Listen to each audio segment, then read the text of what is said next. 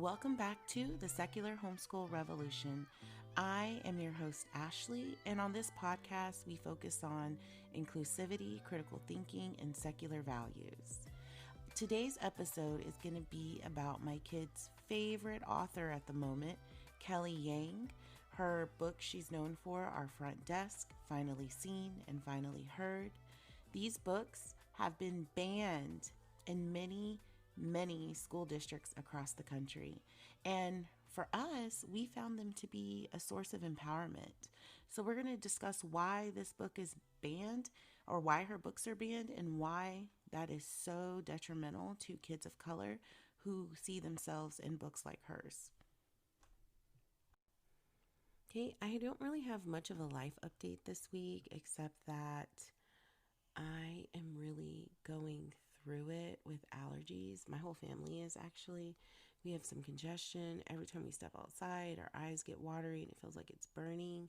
So we're going to start this local honey regimen and taking a daily allergy pill. We might bring back the mask because when we have our mask on, we're not inhaling all of these terrible allergies, because it is not worth being down and out.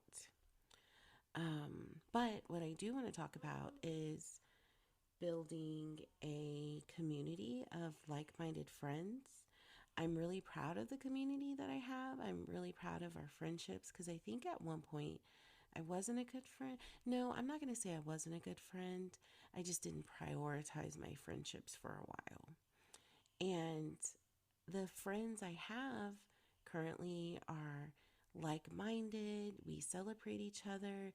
We support each other through some very challenging times without any judgment, and that feels really good. And I think these friendships for me provide this network of emotional and practical support that I think is invaluable, especially on this path. Most of these women I'm talking about are homeschoolers, and so they can relate, or they can at least offer me some sympathy at times, and it's always with no judgment. And if the homeschooling moms that are in my community, I think we lean on each other, like what type of teaching method or what curriculum we're using. But I don't ever think of it like as we're comparing each other in a positive or negative way. I want to think of it as like learning from each other.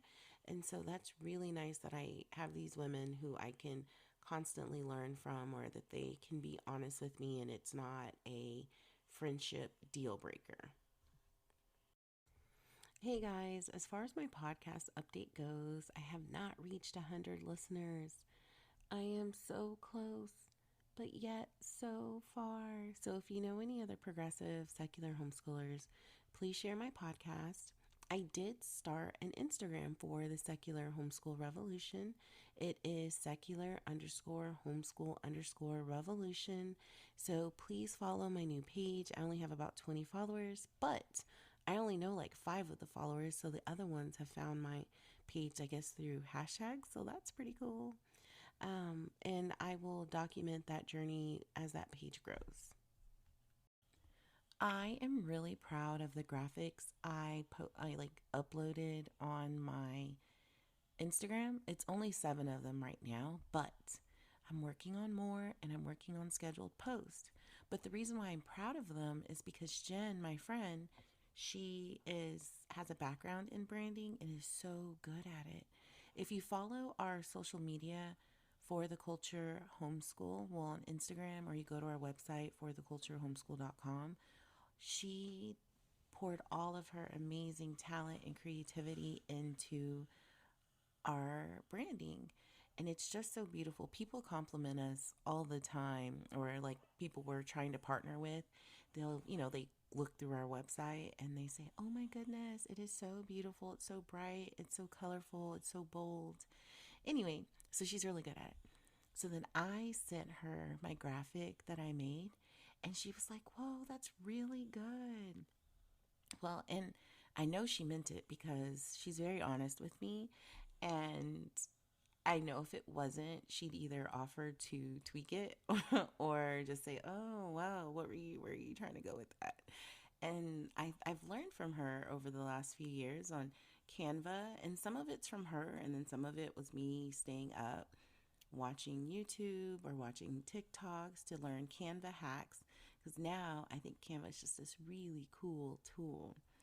And once I figure out the scheduling posts, I'm going to be on my way because I've made at least 15 for like content. So this will be another part of the journey that I will share with you guys because I'm really excited. Also, I am on YouTube too. I just started the YouTube channel within the last 7 days and I already have a handful of listeners. So that's exciting. And I had an incredible comment that was left under one of my videos that they're new to homeschooling and they were looking, for secular, inclusive, diverse perspective that, was into decolonizing history. And I was like, oh, they found me. And another cool, I guess, moment I had this week, we had a meetup at Main Event. We did Kids Bowl Free and just did a group meetup there. If you're not familiar with Kids Bowl Free, it's literally this program. Go to the website, kidsbowlfree.com, put in your information, and it'll let you know what bowling alleys in your city have this program. So for us here in San Antonio, we have 3 bowling alleys that have it. It's like 2 Main Event locations and this West Side location. And I knew Main Event was loud, but it was just, I think because there was a like 100-person middle school doing a field trip there, it just added to the noise. Even the waitress said they're not usually this busy. But anyway, let me get back to Kids Bowl Free. It was busy and I was overstimulated and I had to like calm down for like 2 hours before I could like get the rest of my day going. But oh yeah, so anyway, so you get to bowl for free. You just have to pay for your shoes. So I did not bowl. I do not enjoy bowling. I may have only 1 or 2 bowling meetups in me per summer. My kids enjoy it for the most part. So I had to pay for their bowling rental shoes and it was about $16, $16.50. So it is a low cost activity that has air conditioning. So if that is a draw for you and you live in hot stank Texas, then look up Kids Bowl Free. Anyway, so a mom at the meetup pulled me aside and she was like, hey, I listened to your connected parenting episode and I really liked it. And she's like, thank you for sharing your podcast. And I was like, oh my goodness. You think, again, it's just one more step, one more confirmation. So I'm really proud of myself because we are in this era where we celebrate ourselves and it doesn't make us arrogant. It doesn't make us have this big ego. And it's okay to say, you know what? I am doing it. I am doing the damn thing and I'm going to shine on myself. Y'all, I do sing a little bit better. We're just going to blame it on the allergies. So before we get into Kelly Yang, the reason why I wanted to do an episode solely about her and her books is because of the incredible impact it has had on my girls, Parker and Kari. They are devouring her books. So the book that got them hooked was Front Desk. And then they went through the whole series of 3 Keys, Room to Dream, Key Player, Top Story. And like they like listening to books and they like reading, but this book had them excited. This book had Parker researching the different acts and laws that were very discriminatory. It really made them understand what systemic racism was. And that excited me as their parents. And now we do listen to these books as a family book. So when I say it's a family book, we listen to it on our Libby app. And whenever we hop in the car, we, turn on the Bluetooth and connect whoever's phone. Usually it's Parker's phone, and she plays the book. And we never miss a beat. So if we're running, no matter how many errands, they're like, let's put on the book. And so that's exciting for me. And I think this is the book that's really like, Zoe Washington, I think, got Parker into like a good story, but Front Desk is really igniting like the social justice warrior in her in a way that I hoped it would lighten up. Like, be the change, like, be curious. And she's looking up these racist laws, not only against Chinese Americans, but Latin Americans, and understanding systemic racism against Black people.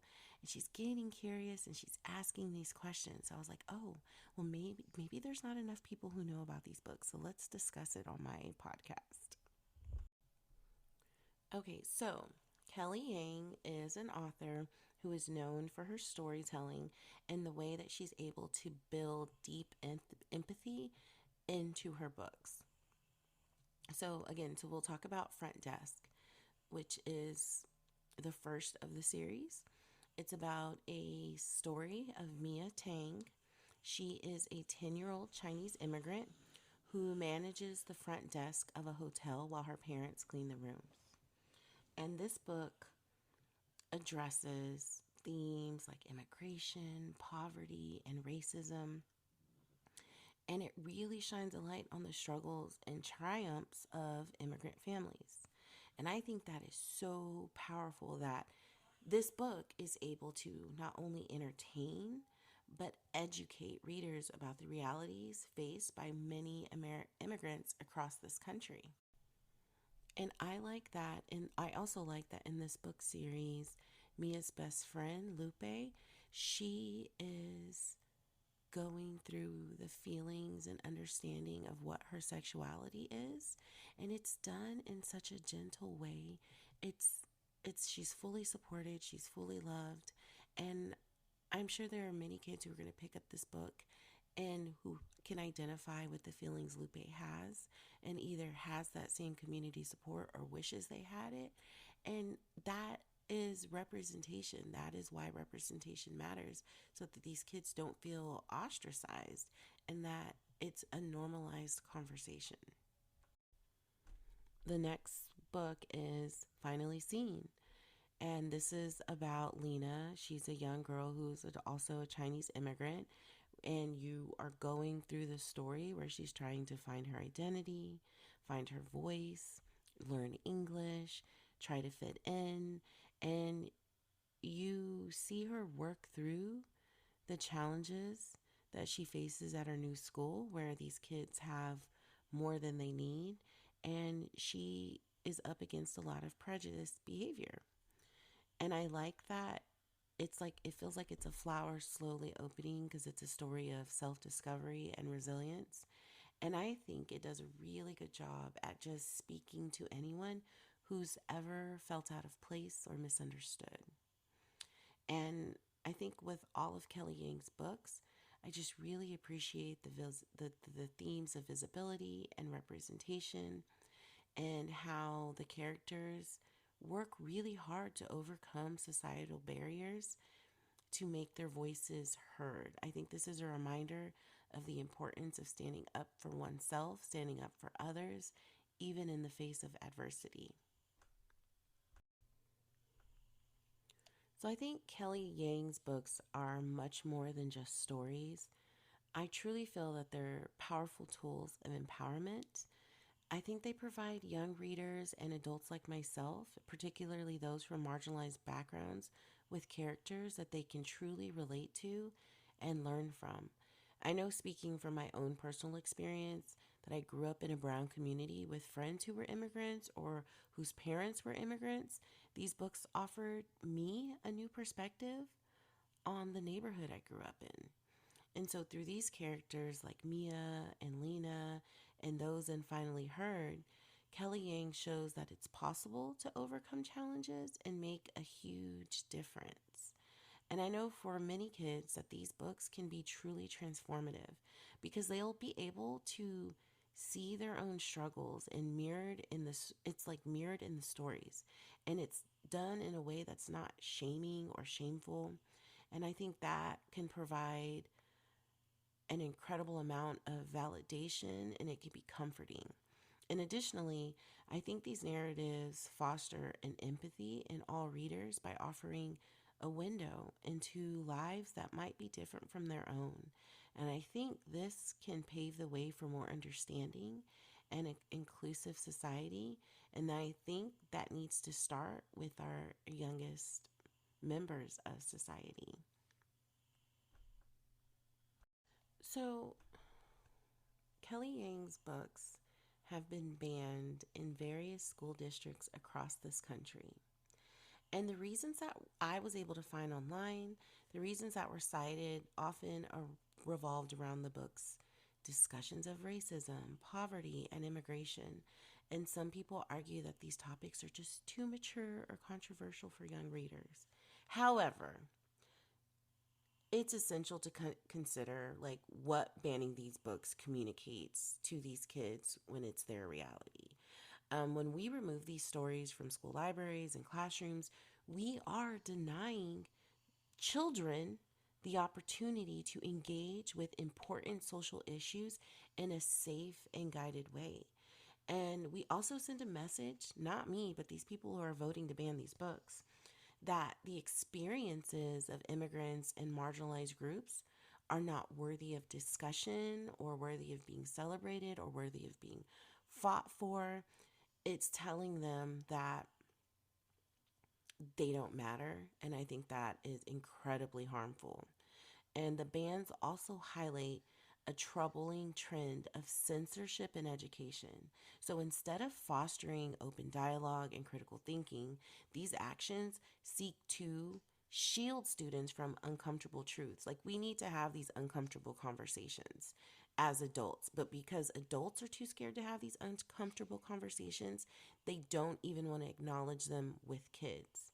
But in doing so, we are hindering them. We are hindering our future, the ability to develop into well rounded, empathetic individuals. So, how can us as homeschoolers embrace these books? So, this brings us to the beautiful part of homeschooling, especially with when you're a secular and inclusive homeschooler. We have the freedom to choose the materials and books that best reflect our values and our own educational goals. So, Kelly Yang's books offer a wealth of opportunities for learning and discussion. And in a homeschooling environment, we can tackle the challenging themes presented in these books head on. We can create thoughtful dialogues about racism, immigration, and the beauty of resilience.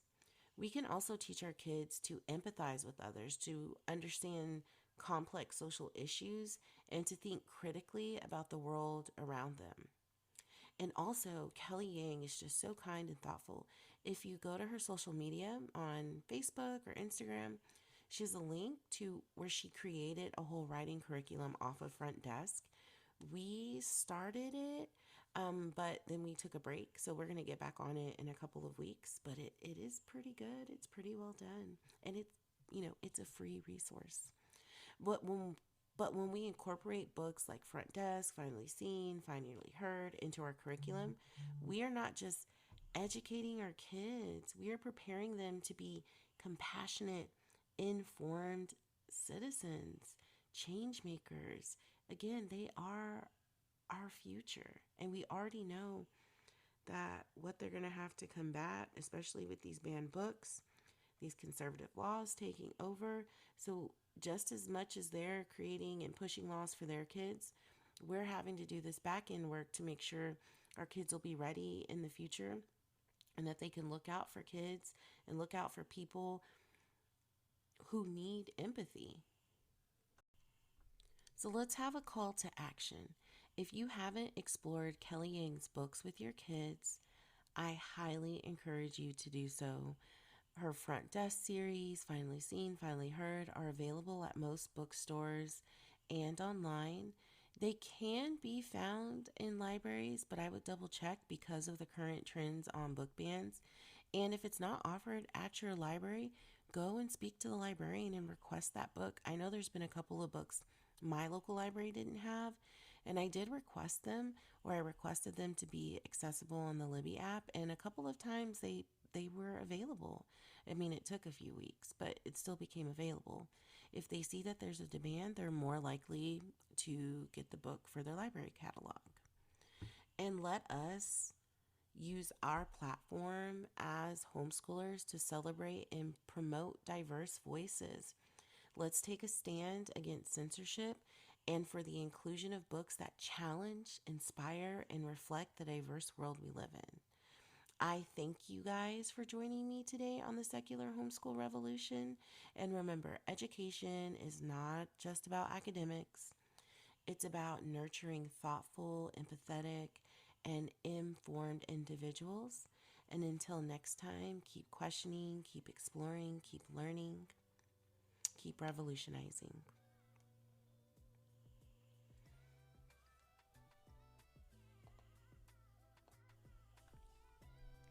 You've been listening to the Secular Homeschool Revolution.